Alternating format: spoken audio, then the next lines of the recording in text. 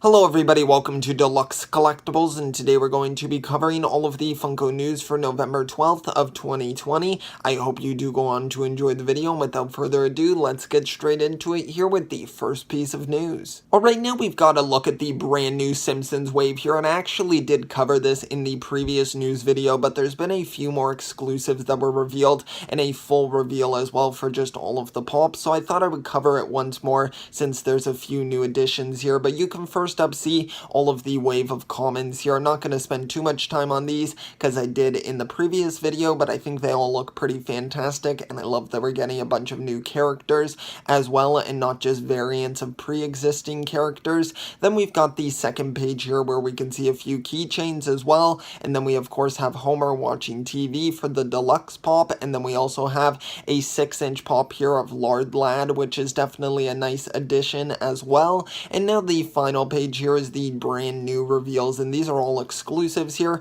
2 of them, as you can see, being Funko Shop exclusives, and then 1 a Hot Topic exclusive. So we have Sideshow Bob, we've got Ralph Wiggum, and then we also have Homer Simpson as well. So I just think 3 really fantastic figures there, and it is Homer as Mr. Plow as well. So I can't wait to see the back of that pop to see the design of his jacket, but I think that overall it's 3 really cool exclusives. Now we've got some reveals for My Hero Academia, and a few of these we have seen previously, but now it's the full official reveal for some of these, and there are some brand new pops as well that we had not seen previously. So the first one that we have on this first page is Mina Ashido right there, of course just the common version, and I think she looks really fantastic. Then we've got Present Mike, who is a brand new one who we had not seen the design of previously, and I think he looks great. They did a great job of capturing his expression there, even with his sunglasses on, which also look fantastic, so just a really cool pop there.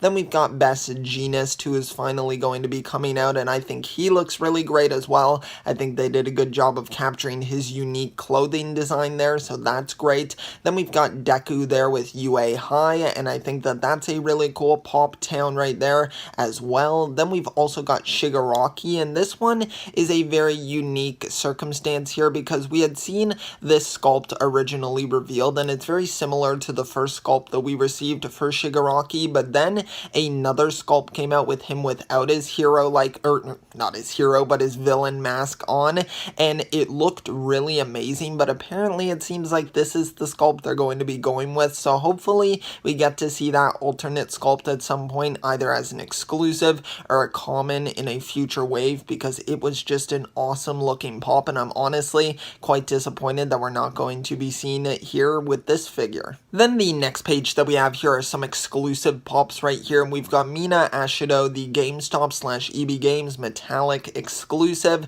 and I think that's definitely the variant that I'm going to try to pick up because she looks amazing. I think they did such a fantastic job with her design, and the metallic paint job just makes it look fantastic. It makes her acid look really cool as well, so that's amazing. Then we've got an Amazon exclusive glow-in-the-dark variant of Endeavor. Now we already received the common version of this sculpt in the previous wave of My Hero Pops, but now we're going to be getting this exclusive variant, which looks really great. And then we've got a Funimation 2020 exclusive glow-in-the-dark jumbo size pop here, which should be a 10-inch pop, if I'm remembering correctly that the previous All Might with this sculpt was also a 10-inch, so I'm assuming that's what it's going to be, just a glow-in-the-dark version, which honestly I don't feel is super necessary because All Might doesn't really even glow in the show, unless there's an explosion around him, I suppose, but I don't really see that very often, and I think that it's just a little bit of an odd variant here, but I get it. They're gonna make more variants of All Might because he's one of the main sort of faces of My Hero Academia, very recognizable character in anime, so I get it, but it just seems a little bit unnecessary. Now we've got a look at the mystery minis that are going to be releasing for My Hero, and there's some really fantastic ones here. We've got All Might, we have Bakugo, we've got Tenya, we have Deku. There's 3 exclusives, and then on the right there's Hot Topic exclusives as well of Ochako. You've got Deku, and then you've got All Might Weekend as well, a glow-in-the-dark variant, which I guess they just love doing glow-in-the-dark versions of All Might. It makes sense with the Todoroki because of course he has the flames, but with All Might I just don't get it, but I mean it's still kind of cool I suppose. suppose. And I suppose when he's using like all for one, I guess that would make sense, but I'm not too sure. It's still kind of weird, but I get it, like especially with Deku when he's using it because he has all of the energy pulsing around him,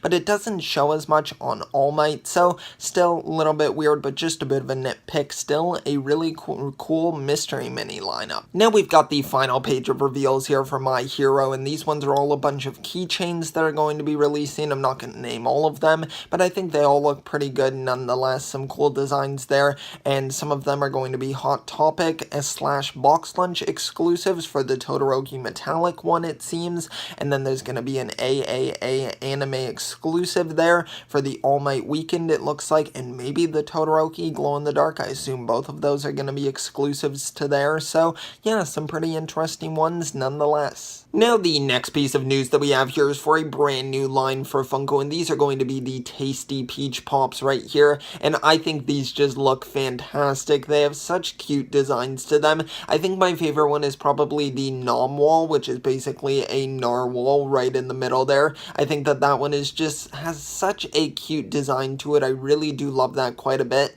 and as you can see, one of them is going to have a Hot Topic flocked variant as well that has a purple color scheme, and I think that that one looks really cool. Also, it actually kind of almost looks like you can see inside of it in the fur. I'm not sure if I'm just seeing something weird there, but it almost looks like it's skeleton inside, so I'm not sure what's going on with that, but I think that all of these characters just look really cute, especially the kitten as well. I think that one's great also, so it's just a really well-rounded wave of pops with some really cute designs. Now we've got a brand new pop-in-a-box exclusive Marvel figure that was revealed, and this one was one that they had teased earlier on, and this was the character that I had guessed it would wind up being, and it did come true, and this one is Agent Venom from the Thunderbolts, and I think that this one is just an awesome looking figure here. It's a really cool sort of variant for the character of Agent Venom, and I really love the black and red color scheme. I think it pulls it off really well, and I love the expression as well. He just looks really pissed off, and I really love that as well, with also just a hint